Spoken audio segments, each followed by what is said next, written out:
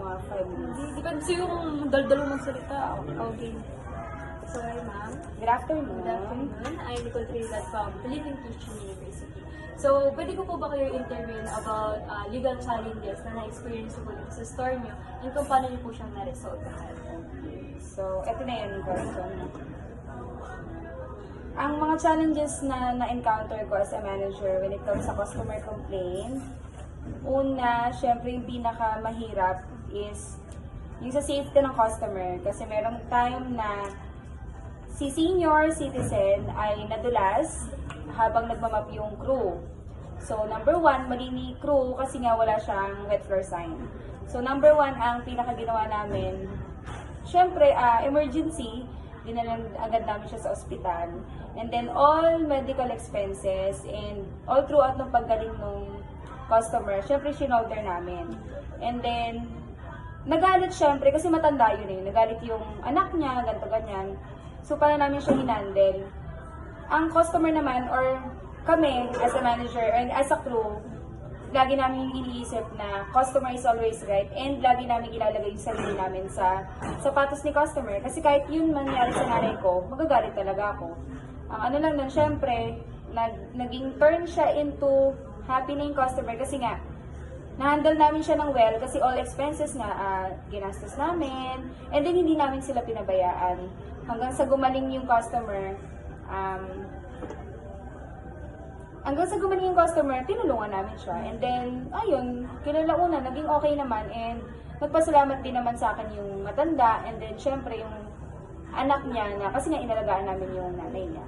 And then, next, we have another issue naman. Safety rin siya kasi yung anak naman niya nakakain daw ng hilaw na nuggets.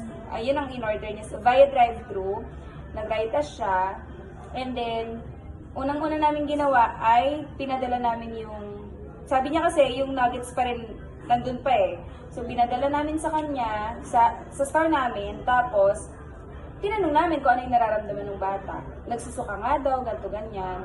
Nag-investigate kami, nag-review kami ng CCTV, kung ano yung baka may mali sa procedure ng crew, ganito ganyan. Pagkakita namin wala eh. Pero ang sinasabi kasi ni customer, yun lang yung huling kinain ng anak niya.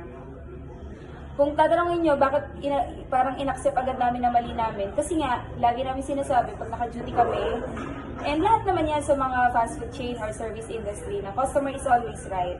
And kung ano man yung sinasabi nila or nararamdaman nila sa amin is na binavalue namin. Kasi yan, ginawa lang din namin, medical assistance, lahat, pati yung, hindi kasi siya nakakapasok ng school, kami yung kumausap sa teacher, nagawa kami ng letter. Tapos, yun, lahat ng check-up, hanggang sa gumaling yung bata, hinandle namin. And then, kinalauna, naging okay naman with yung relationship namin dun sa customer. Hindi naman namin siya pinabayaan. Then, pangatlo naman is, palagi namin na-encounter missing item.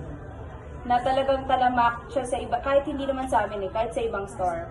Sa missing item, meron kaming sinusunod na, sa lahat ng complaint, meron kaming sinusunod na method, which is last. From its word, L, listen, apologize, take the customer and, listen, apologize, solve the problem and take the customer. So, sa missing item, yun yung pinaka-lagi namin ina-apply. Pag tumatawag yung customer, or, pag tumatawag, listen, pinapakinggan muna namin kung ano yung complaint, then apologize sa nangyari. Kasi nga, number one, mali namin. Kasi sino ba naman ang gustong makatanggap ng order ng kulang? Binayaran ko yun tapos kulang nila matatanggap. So, syempre, mag-apologize kami sa nangyari, and then, sinusolve namin yung problem by, may ibang customer na tumatanggap na papalitan yung item. May iba naman, pinapa-refund.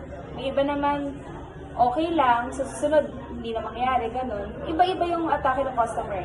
So, pinaka-ano naman dyan, talagang pinapadala namin siya ng panibago. And then, ayun, yung angry customer na nakatanggap ng missing item, nataturn naman namin siya sa happy customer kasi nga, hinahandle namin siya ng mabuti by using nga yung method namin. And then, nagpa-promise kami na hindi na siya mauulit. And then, thank the customer. Ba't ba kami nagpapasalamat sa customer pag nagko-complain? Kasi ano yun opportunity and gift siya kasi para sa susunod na pangyayari, hindi na siya mauulit sa iba pang customer. Ayun lang. Maraming salamat po sa time and effort na binigay sa amin today. Maraming salamat kay Con Trinidad for it. Thank you. Thank you. Oh, diba? Fuck mo you. yun. Uy, ano tawin na ano mo? Manager yan. Ang ina.